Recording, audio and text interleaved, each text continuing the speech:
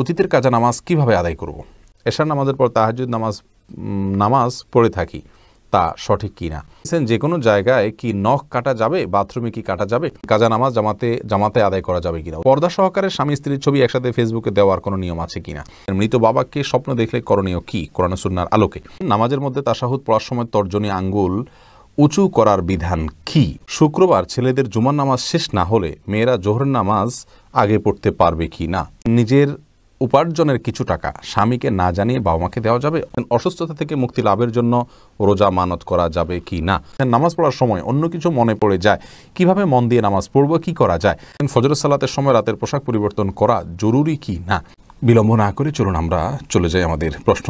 নামাজ পড়ার সময় অন্য কিছু মনে পড়ে যায় কিভাবে মন দিয়ে নামাজ পড়বো, কি করা যায়। দেখুন, অন্যদিকে মনে চলে যাওয়া বা মনে অন্য কিছু চলে আসা এটা কিন্তু দোষণীয় নয়। রাসূল আকরাম সাল্লাল্লাহু আলাইহি ওয়াসাল্লামের নামাজের মধ্যেও অন্যদিকে মন গিয়েছে। একবার বাচ্চার কান্না হওয়া শুনে তিনি সালাতকে সংক্ষিপ্ত করে দিয়েছেন, বোঝা গেল অন্যদিকে মন যাওয়াটা দোষণীয় নয়। তবে ইচ্ছাকৃতভাবে অন্য চিন্তা, অন্য ভাবনা, অন্য কল্পনার মধ্যে ডুবে থাকা এটা হলো দোষণীয়। আমাদের উচিত হবে সালাতের মধ্যে অন্যদিকে মনোযোগ গেছে, যখন আমার মনে পড়েছে যে আমি তো ভুল কাজ করছি, সাথে সাথে আমি সালাতে আবার ফিরিয়ে আনবো। বাস এই কসরত করলে আপনি আল্লাহর কাছে গ্রহণযোগ্য সালাত আদায়কারী হিসেবে বিবেচিত হবেন ইনশাআল্লাহ। নাসিমা আক্তার জানতে চেয়েছেন, ফজরের সালাতের সময় রাতের পোশাক পরিবর্তন করা জরুরি কি না। না, এটা জরুরি না, তবে সালাতের জন্য সুন্দর এবং উত্তম পোশাক পরা উচিত, যেটা পরে আপনি সম্মানজনক কোনো সম্মানীয় কোনো জায়গায় যান। যে পোশাক আপনি একান্ত বেডের জন্য ইউজ করেন সেটা পরে আল্লাহর সামনে দাঁড়ানো উচিত নয়। আল্লাহ তাআলা কোরআনে বলেছেন, ইয়া আইয়ুহাল্লাযীনা আমানু খুযু যিনাতাকুম ইনদা কুল্লি মাসজিদ, হে ঈমানদাররা তোমরা প্রত্যেক সালাতের সময় সৌন্দর্যকে গ্রহণ করো, অর্থাৎ সৌন্দর্য অবলম্বন করো, সাজগোজ করো। অতএব সেই সাজগোজ আমাদেরকে করতে হবে। সাজগোজ বলতে সুন্দর পোশাক পরিধান করতে হবে। রাতের পোশাক পরে সালাত আদায় করলে সালাত হয়ে যাবে, হবে না এমন কোনো কথা নেই, কিন্তু সালাতের জন্য সুন্দর এবং মার্জিত পোশাক পরা হলো উচিত। এম সানাউল্লাহ সানা আপনি জানতে চেয়েছেন, যে কোনো জায়গায় কি নখ কাটা যাবে, বাথরুমে কি কাটা যাবে। যে কোনো জায়গায় নখ কাটা যাবে কি না, শরীরের একটা অংশ নখ, অতএব বাথরুমে নখ কেটে ফেলে দেয়া এটা উচিত নয়। এটা এক প্রকার আপনার নখের বা নিজের আল্লাহ সৃষ্টি নিজের শরীরের প্রতি এক প্রকার অসম্মান প্রদর্শন করা, যার কারণে এটা অনুচিত। যদি কেউ আপনার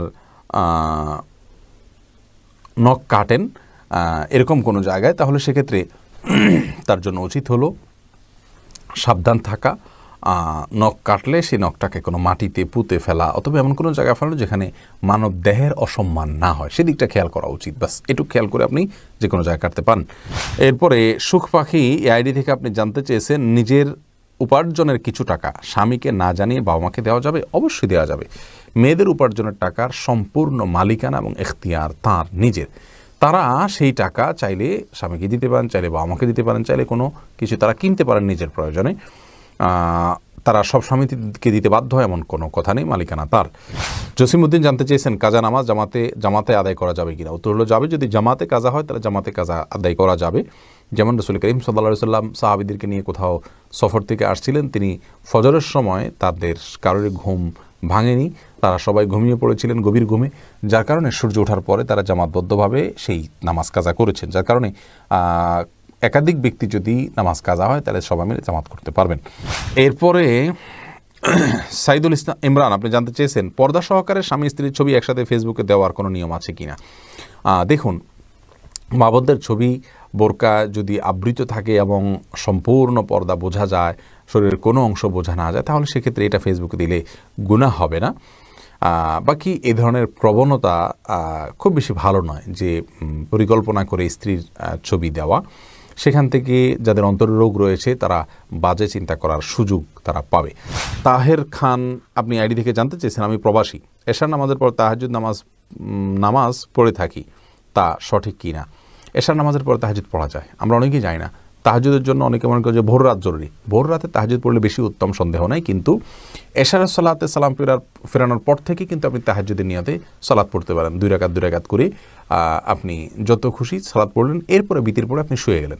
এটাও ইনশাআল্লাহ কিয়ামুল লাইল বা রাত জেগে যে সালাত আদায় করা তার সওয়াব আপনাকে এনে দিবে। যদিও মূল তাহাজ্জুদ হুজুদ শব্দের অর্থই হলো ঘুম থেকে উঠে সালাত আদায় করা। অতএব আপনার তাহাজ্জুদ এটা হবে ঘুম থেকে উঠে সালাত আদায় করলে, সেটা হলো প্রকৃত তাহাজ্জুদ এবং তাহাজ্জুদের মূল ফরম্যাট। কিন্তু এশার সালাতের পরে তাহাজ্জুদের নিয়ে সালাত আদায় করেন, সেটা তার কারণে আপনি কিয়ামুল লাইলের সওয়াব পাবেন ইনশাআল্লাহ বিইذনিল্লাহ। নাইম আমার চেয়ে কানামা ভালো, অন্তত এটা চালু রাখা উচিত। এমনি মাইনুদ্দিন মান্না আপনি জানতে চেয়েছেন মৃত বাবাকে স্বপ্ন দেখলে করণীয় কি কোরআন সুন্নাহর আলোকে। বিশেষ কোনো করণীয় নেই। আপনি তাকে দেখেছেন, আপনার তার প্রতি ভালো লাগা ভালোবাসা কাজ করছে, তার জন্য আপনি এই জন্য বিশেষ করে আল্লাহর কাছে দোয়া করুন, আল্লাহর কাছে চান, তার পক্ষ থেকে দান সাদকা করুন। বাস নির্দিষ্ট করে কোনো কিছু করতে হবে এমন কোনো বাধ্যবাধকতা নেই। সোহাগ আপনি অ্যাডি থেকে জানতে চান অতীতের কাজা নামাজ কিভাবে আদায় করব। আপনি চেষ্টা করবেন এক ওয়াক্ত করে পড়ার, এবং যেটা আগের সেটা আগে, পরেরটা পরে, এরকম করার চেষ্টা করবেন। একাধিক ওয়াক্ত গেলে নিয়ত করবেন যে প্রথম যে ওয়াক্ত বাকি আছে প্রত্যেক নামাজে প্রথমটা নিয়ত করবেন। কারণ কথার কথা আপনার 10 ওয়াক্ত জোহর গেছে কাজা, তাহলে আপনি প্রথম জোহর যেটা আমার কাজা রয়েছে এরকম নিয়ত করবেন, এর পরেরটাকেও প্রথম নিয়ত করবেন। কারণ হলো একটা যখন পড়ে ফেললেন তাহলে পরবর্তীটা প্রথম হয়ে গেল। এভাবে প্রত্যেকটাকে আপনি প্রথম নামাজ এই নিয়ত রেখে সালাত আদায় করবেন। শেখ সোহানুর রহমান জানতে চেয়েছেন নামাজের মধ্যে তাশাহুদ পড়ার সময় তর্জনী আঙ্গুল উঁচু করার বিধান কি। এটা সুন্নাত, কেউ না করলে অসুবিধা নেই, নামাজ হয়ে যাবে, কিন্তু সুন্নাত বা মুস্তাহাব।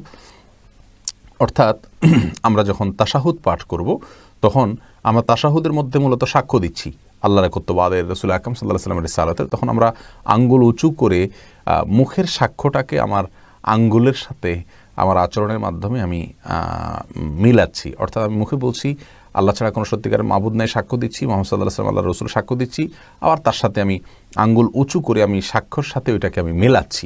তো এটা জায়েজ, এটা মুস্তাহাব, করা উচিত। যদি কেউ না করেন নামাজ হয়ে যাবে।